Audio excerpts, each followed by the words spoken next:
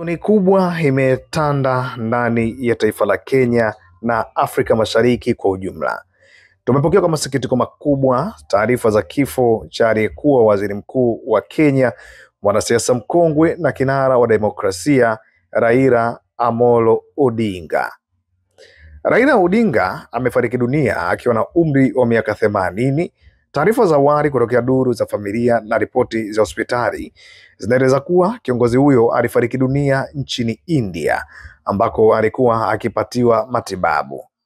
Hii ni pigo kubwa sana kwa siasa za Kenya, hasa kwa wafuasi wake ambao kwa muda mrefu walimuona kama nguzo ya mabadiliko na matumaini.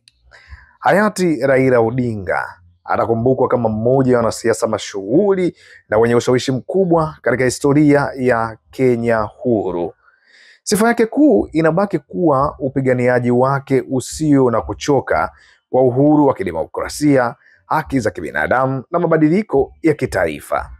Jina la Odinga liliingia katika vitabu vya kihistoria alipohudumu kama waziri mkuu wa Kenya kuanzia mwaka 2008 hadi 2023, kipindi muhimu cha maridhiano kufuatia ghasia za uchaguzi wa mwaka 2007. Kabla na baada ya wadhifa huo, aliongoza upinzani kwa miaka mingi, akipigania mageuzi ya katiba na utawala bora. Maisha yake yalikuwa yamejaa kupanda na kushuka, ikiwemo kufungwa jela bila kesi kwa miaka kadhaa, yote kwa sababu ya msimamo wake wa kupinga udikteta na kutetea nafasi ya mwananchi. Hayati Raila Odinga amemwacha mjane wake na watoto wake watatu au familia yake kulingana na uhakika wa watoto.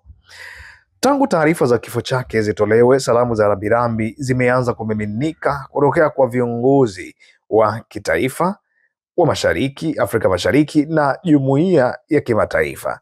Kifo chake kinaacha pengo kubwa katika siasa za Kenya. Swali sasa ni nani atakayebeba mwenge wa mapambano ya siasa za upinzani na mageuzi ambazo Odinga alisimamia kwa miongo mingi? Huu ni mwisho wa sura ndefu na yenye masikitiko ya maisha ya mmoja wa baba wa siasa za Kenya. Tutakukumbuka si tu kwa vyeo vyake, bali kwa ari yake ya kusema ukweli mbele ya mamlaka na kuamini katika nguvu za watu.